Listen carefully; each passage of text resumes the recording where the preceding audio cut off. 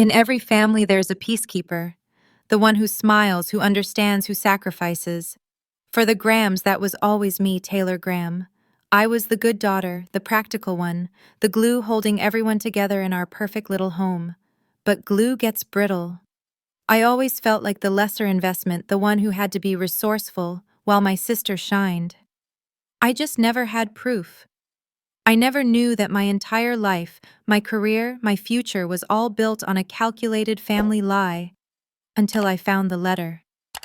What do you do when the people who were supposed to build you up secretly sacrificed you? Like, share, comment, and subscribe to our channel. We always appreciate the time you spent here with us. My hands were still stained with blue poster paint from the kids' mural at the community center. It's a good job of fulfilling one. I manage the youth outreach program, and I like to think I'm good at it.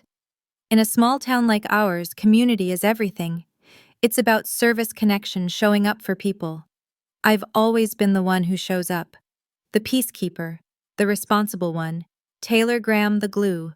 But glue gets brittle when it's the only thing holding the pieces together. Tonight, that brittle feeling was setting in as I pulled up to my parents' house for our mandatory Sunday dinner. The house looked the same as ever, white picket fence, perfectly manicured lawn, a standing testament to traditional American values. It always felt like walking onto a set one where I kept forgetting my lines. Inside, the smell of roast beef and my mother's anxious energy filled the air. Mom Linda was already fluttering around the dining table, straightening silverware that was already straight. Dad George was buried behind the local newspaper, offering a gruff, "Hey, kiddo," without looking up. Then the front door swung open and my sister Samantha breezed in, 20 minutes late, smelling like expensive perfume, and apologies she didn't mean. Sorry. My broker just wouldn't let me off the phone," she announced, flashing a dazzling smile that never quite reached her eyes. Instantly, my parents were animated. Dad put down the paper. Mom rushed to take her coat. "Sammy, you're here. Don't you worry, we waited for you," Mom cooed. We sat down, and the performance began. Samantha, ambitious and self-centered to her core, held court. She was being headhunted by a rival firm. She was looking at new condos downtown. She was, as always, the star. "We just knew you had it in you, Sammy," Dad said, his voice thick with a pride I hadn't heard directed at me in years. "You've always been the ambitious one. You're going places." Mom nodded, beaming. "That's why we were so happy to help with your college fund all those years ago. An investment in a sure thing." A familiar cold knot tightened in my stomach. I remembered applying for college. I'd set my heart on the state university just 2 hours away. The answer had been a strained lecture from my father about tight budgets and realistic expectations. I'd ended up at the local community college working 2 jobs to pay for it myself, all while Samantha, 2 years younger, got to attend her private out-of-state dream school. "We had to make sacrifices for that," Mom had said at the time, her eyes daring me to question which sacrifices and by whom. "Well," I interjected, trying to steer the conversation, trying to find my own small space at the table.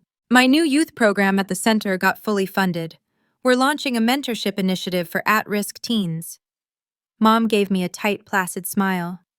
"That's nice, Taylor. It's so good you have something you enjoy." The dismissal was quiet, but it landed like a slap. My enjoyable career in public service versus Samantha's ambitious one. My desire for independence had always been treated as a quaint hobby, while Samantha's selfishness was lauded as drive. I wanted to scream. I wanted to ask them why my dreams were always negotiable, and hers were non-negotiable. But I was the peacekeeper, so I just said, "Pass the potatoes, please." After dinner, Samantha rushed off to meet some people, and my parents settled in front of the television. I was left, as always, to clear the table. The silence of the house pressed in, amplifying the feeling of isolation. I was in my childhood home, but I had never felt more homeless. I carried the last of the dishes into the kitchen, passing my father's study. The door was ajar. He's usually so particular about it. He was in his armchair, half asleep. I went to shut the door, but paused. The top drawer of his antique roll-top desk was open just a crack, a piece of paper caught in the seam. I slid it open just enough to free the paper, intending to tuck it back in. But a file tab, old and yellowed, caught my eye. It was one of those old-fashioned embossed labels. My name was on it. Taylor. Education. My heart hammered against my ribs. This was wrong. This was an invasion of privacy. But a deeper, colder instinct born from years of feeling like a ghost in my own family made my hand move. I pulled the folder out. It was thin. There wasn't much inside, just a few old transcripts and a single folded letter. It wasn't a bank statement for a secret account. It was worse. It was a letter from my father to my uncle dated 12 years ago, the spring I was applying to colleges. My hands shook as I unfolded it. The handwriting was my father's, neat and controlled. Frank, it read, I know we'd earmarked that account for Taylor, but Linda and I have decided to liquidate it. Taylor is a practical girl. She'll be fine with community college. She's resourceful. The truth is, Samantha has a fire in her. She has the drive to really make this family proud, and that private school is the best place for her. It's the better investment. We're moving the funds to her tuition account. Don't mention this. It would only cause unnecessary drama. I read it again, the words blurring through a sudden hot rush of tears. It wasn't just favoritism. It wasn't just tight money. It was a conscious decision. They had taken something that was mine, something they'd told me was for me, and given it to her. They hadn't just sacrificed for Samantha. They had sacrificed me. The letter sat in my nightstand drawer, a piece of paper that felt as heavy as a tombstone. For a week, I was a ghost haunting my own life. The blue paint at the community center seemed dull, the kids' laughter distant. The injustice of it was a low-grade fever, a constant sickening heat. I tried to tell myself it was 12 years ago that I should let it go. But it wasn't just the money. It was the lie. It was the calculated investment in one daughter at the expense of the other. I decided to try. I had to. I cornered my mother during her weekly grocery run, my voice small, almost apologetic. Mom, I was just thinking about college. Do you ever feel bad about how I had to pay my own way while Samantha got everything covered? Linda's hand froze over the avocados. Her face immediately hardened into that familiar mask of maternal martyrdom. Taylor, don't be dramatic. We did what we thought was best. Your father and I made sacrifices for both of you. You're just remembering it wrong. You were always the independent one. You didn't need the help like she did. Gaslighting. Pure, simple, and practiced. I tried my father later that night. Dad, I found an old letter. Before I could finish, his voice boomed over the phone. I don't know what you think you found, but you're being overly sensitive. It's in the past, Taylor. Leave it. Deflection. Dismissal. The family playbook.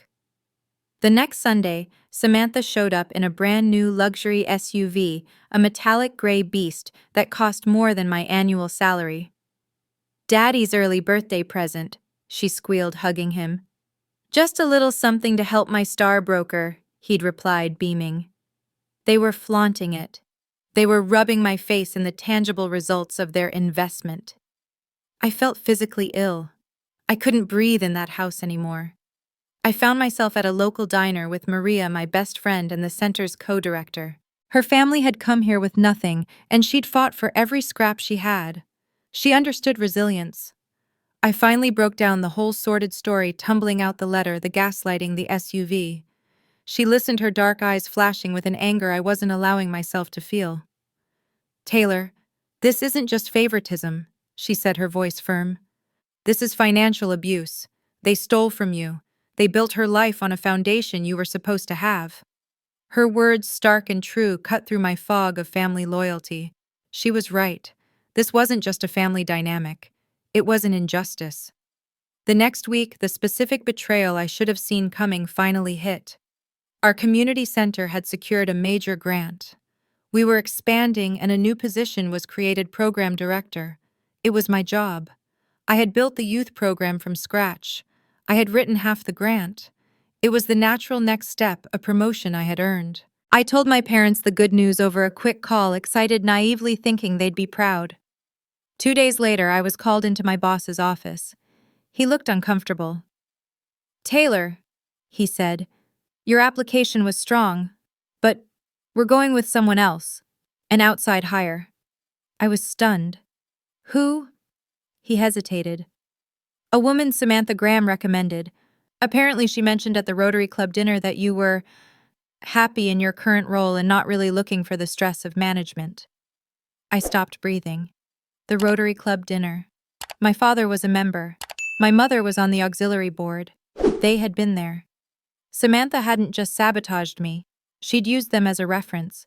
They had, with their silence or their agreement, co-signed the lie. They'd publicly defined me as small to keep me that way. The humiliation was a physical force knocking the wind out of me. The anger, when it came, was cold and sharp. This wasn't just about college funds anymore, this was my present. This was my career.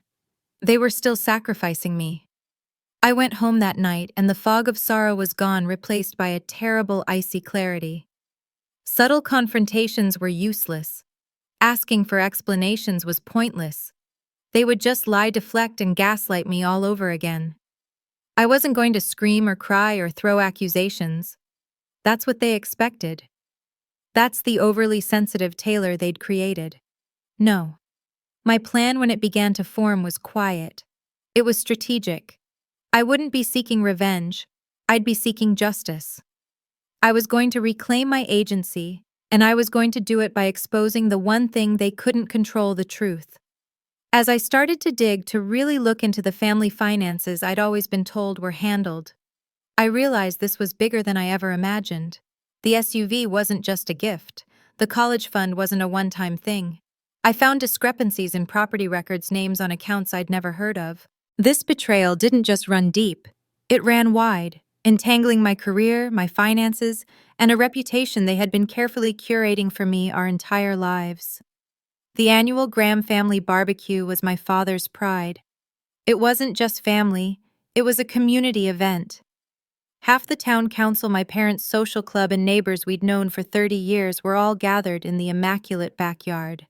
The air smelled of fresh-cut grass, and propane, a sickeningly wholesome backdrop for what I was about to do. For 2 weeks I had meticulously gathered the evidence copies of the original letterbank transfer records I'd managed to access from old joint accounts, and a printed-out email chain from the community center's HR department, obtained through a sympathetic colleague, that clearly showed Samantha's recommendation against me. I wasn't just planning to talk, I was planning to present a case. I felt a cold, terrifying calm. This was the end of Taylor the Peacekeeper. My father, holding a spatula like a scepter, tapped his glass for the traditional toast. "I just want to thank everyone for coming," he boomed, his voice full of manufactured warmth. "Another great year with so much to be proud of." He beamed at Samantha. "Especially our Sammy, top broker in her firm for the 3rd quarter running." As the polite applause rippled, I picked up my own glass of lemonade and stepped forward. "I'd like to say something too." A few people looked surprised. I was usually the one refilling chip bowls. "Dad's right," I said, my voice carrying clearly across the patio. "It's important to talk about what we're proud of. We're proud of our investments." My mother's smile faltered. "Taylor, what?" I held up a hand, not to her but to the crowd. "See, my family, especially my parents, are savvy investors. They believe in putting their resources into a sure thing. Isn't that right, Dad?" I looked directly at him. His face was starting to model. "What are you talking about, Taylor?" "I'm talking about the Family Education Fund," I said, my voice high and clear. The one I was told didn't exist for me because I was resourceful and a practical girl. But it did exist, didn't it? It was just liquidated and funneled directly to Samantha so she could attend her dream school. A collective quiet gasp went through the crowd. Maria, who I'd asked to come for support, was watching me, her expression rock solid. Samantha shot up from her chair. "How dare you?" "You're drunk, Taylor. You're just jealous." The old accusation, the one that always worked. "Am I Sam?" I asked, my voice dropping. "Am I jealous? Or am I just finally done? You didn't just take the money. You took my job." I turned to my boss, who was standing near the azaleas looking horrified. I'm sure you all heard I wasn't interested in the program director position. What you don't know is that my own sister Samantha told you that. She and my parents collaborated at a Rotary dinner to make sure I stayed exactly where I was small, manageable, and out of her spotlight. Taylor, stop this right now, you're embarrassing yourself, my mother hissed, grabbing my arm. I pulled it free, the first time in my life I had ever used force against her. No, I will not stop. I will not be marginalized. I will not be gaslit in my own life. I walked to the table and picked up the stack of papers I'd hidden under a napkin. This is the letter, I said, holding it up. From my father, detailing how I was the lesser investment. And here, I threw the next file on the table, are the bank transfers. And here, the last packet hit the wood, is the email chain from my job, the one Samantha sent. Samantha's face had gone from red to a terrifying waxy white. You're a liar, she screamed, a raw, childish shriek. You're trying to ruin me, ruin you. I said the word, tasting like ash. You built your entire life on my ruins. You stood by and watched them sacrifice my future for yours, and you called it ambition. You called me jealous. You're selfish, Sam. You're a black hole of need, and I turned to my parents, fed you my life to keep you happy. My father finally exploded. That is enough, he roared, his public face crumbling. You ungrateful! After everything we've given you, a home, a family. You gave me a role. I shot back, the words tearing out of me raw and real. You gave me the role of the person who gets to watch, the person who understands, the person who sacrifices, and I'm done playing the part. The silence that fell was absolute. It was heavier than the shouting, more final than the tears that were now streaming down my mother's face. She wasn't crying for me. She was crying for the audience. My father looked broken, not with regret, but with the sudden, awful understanding that he had lost control. Samantha was just staring at me, her eyes filled with a pure, unadulterated hatred I'd mistaken for envy all these years. The barbecue was over. The facade was shattered. I stood there trembling, my heart broken wide open, but for the first time in my entire life, I felt the unmistakable, terrifying lightness of being free. The silence that followed me home from the barbecue was louder than the shouting. I drove away, leaving a crater in the middle of my family's perfect lawn, and I didn't look back. That night I sat in my small, quiet apartment, the papers I'd spread on the table now just feeling like wreckage. I expected to feel triumphant, but I just felt empty, scoured out. I had detonated my entire life. I had become the person they always accused me of being, the dramatic one, the troublemaker. But as I sat there, the emptiness started to recede, replaced by a slow, creeping warmth. It was the feeling of a spine straightening. I had stood up. I had spoken the truth, not in whispers or apologies, but in a clear, undeniable voice. I wasn't the peacekeeper. I wasn't the lesser investment. I was just Taylor. And for the first time, I was finding out who that person was. I recognized my own capacity for anger, yes, but also for justice. And I realized with a surprising pang, I still had a deep, aching capacity for forgiveness. But forgiveness, I knew now, couldn't exist without truth. The fallout at the community center was immediate. My boss called me into his office the next morning, his face pale. He'd seen the emails. He apologized profusely and genuinely for his part in overlooking me. I can't undo what happened, Taylor, he said, but the board and we're creating a new position, Director of Community Engagement. It has a bigger budget, more responsibility, and it's yours, if you want it. It wasn't just a job. It was validation. It was my community, the one I had poured my heart into, reflecting that value back at me. Maria brought over wine that night, and we didn't talk about my family at all. We talked about the new programs we would launch, the kids we would help. It was a potent reminder that my life was bigger than their house. My identity wasn't forged at their dinner table. It was forged here in my work, with the bonds I'd built based on mutual respect, not toxic obligation. I was self-reliant. I had a support system. Those American values of resilience and social bonds weren't just abstract concepts, they were the net that caught me. I began to repair my life piece by piece. I accepted the new job. I started looking at new apartments a little farther from my parents' neighborhood. I was asserting my needs, building a fortress of personal freedom around myself. About a week after the barbecue, my mother showed up at my door. She looked smaller than I'd ever seen her, her eyes red-rimmed. "Taylor," she said, her voice thin. "Your father, he's beside himself." The old guilt trip, the old summons to manage his feelings. I stayed in the doorway, blocking her entry. "I'm sorry to hear that, Mom," I said, my voice gentle but firm. "But I'm not responsible for his feelings, and I'm not going to apologize for telling the truth." She flinched as if I'd slapped her. "We love you," she whispered, a desperate last-ditch effort. "I know," I said, and this was the hardest part, the part that required empathy. "I love you too. But love isn't enough anymore. Respect is. Honesty is. And we don't have that right now." I didn't invite her in.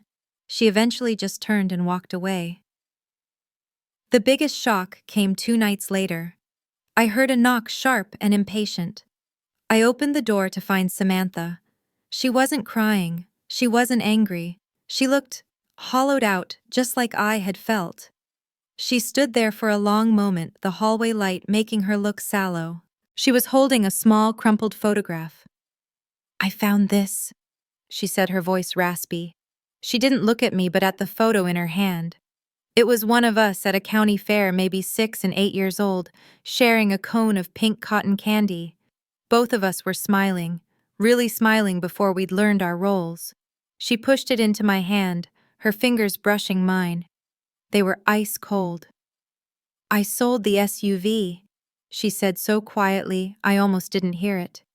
Then she turned, her shoulders rigid, and walked down the stairs without another word. I stood in the doorway staring at the old photo. It wasn't an apology. It wasn't a confession. But it was something. It was a crack in the wall, a single fragile gesture that suggested the sister I'd lost might still be in there. Reconciliation wasn't here, but for the first time I wasn't entirely sure it was impossible. It took 3 months. 3 months of silence, punctuated only by my new job, my new apartment, and the slow, steady work of building a life that was entirely my own.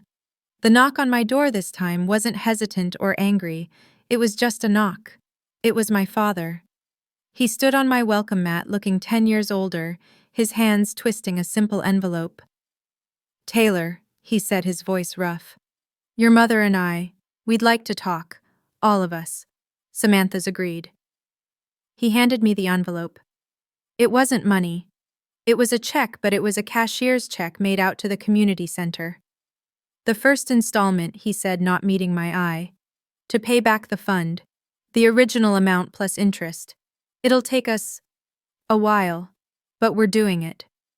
It wasn't just about the money, but seeing the tangible proof of his accountability was a start. "Okay, Dad," I said. "Let's talk." We met at a quiet restaurant, a neutral ground, where no one had home field advantage. It was the most honest conversation we'd ever had. It was brutal. There were tears, not the manipulative kind from my mother, but genuine, ugly tears of regret. My father finally admitted his arrogance, his misguided belief that he could invest in his children as if we were stocks, his shame at being exposed. My mother confessed her fear of his disapproval, her weakness in the face of Samantha's demands, and her own jealousy of my quiet independence. And Samantha, she finally broke. She talked about the crushing weight of being the sure thing, the constant, terrifying need to be better, richer, and more successful, and how she'd latched onto me as the one person she was allowed to be better than. "I didn't just take your money, Taylor," she said, her voice raw. "I took your place, and I'm so sorry." We didn't fix 30 years in 2 hours. We didn't erase the betrayal. But we laid the truth on the table, a fractured, broken thing that we could all finally see. In the months that followed, I felt a new clarity. I poured my energy into my role as Director of Community Engagement, launching the mentorship program I'd always dreamed of, the one Samantha had tried to kill. I felt a fierce pride in my work, in my name on the office door, in the paychecks that I earned. I was no longer defined by their favoritism or my own reaction to it. I was my own person. My resilience was not just about surviving them, it was about thriving without them. And ironically, that was what finally allowed me to let them back in, but on my terms.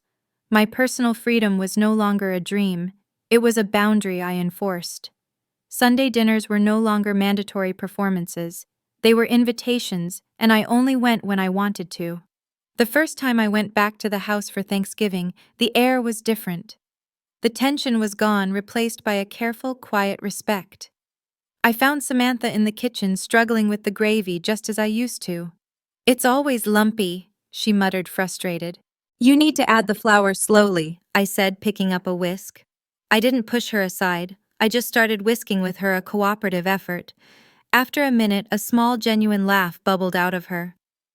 "Guess you're not the only practical girl after all," she said quietly. It was a peace offering.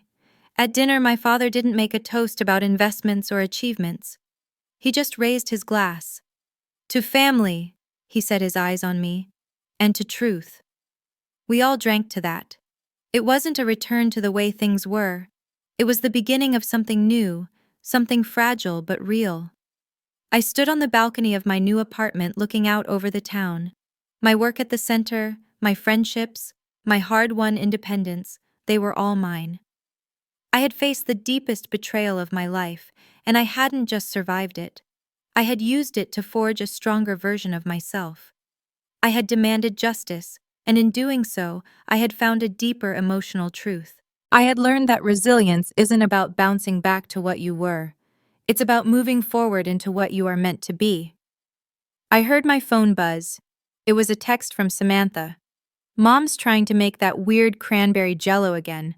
Help." I smiled, a real easy smile. I picked up my keys. I was independent, but I was no longer isolated. I was connected, but no longer caged. I was my own, and I was finally strong. And with that, Taylor finally closed that painful chapter, free to write her own.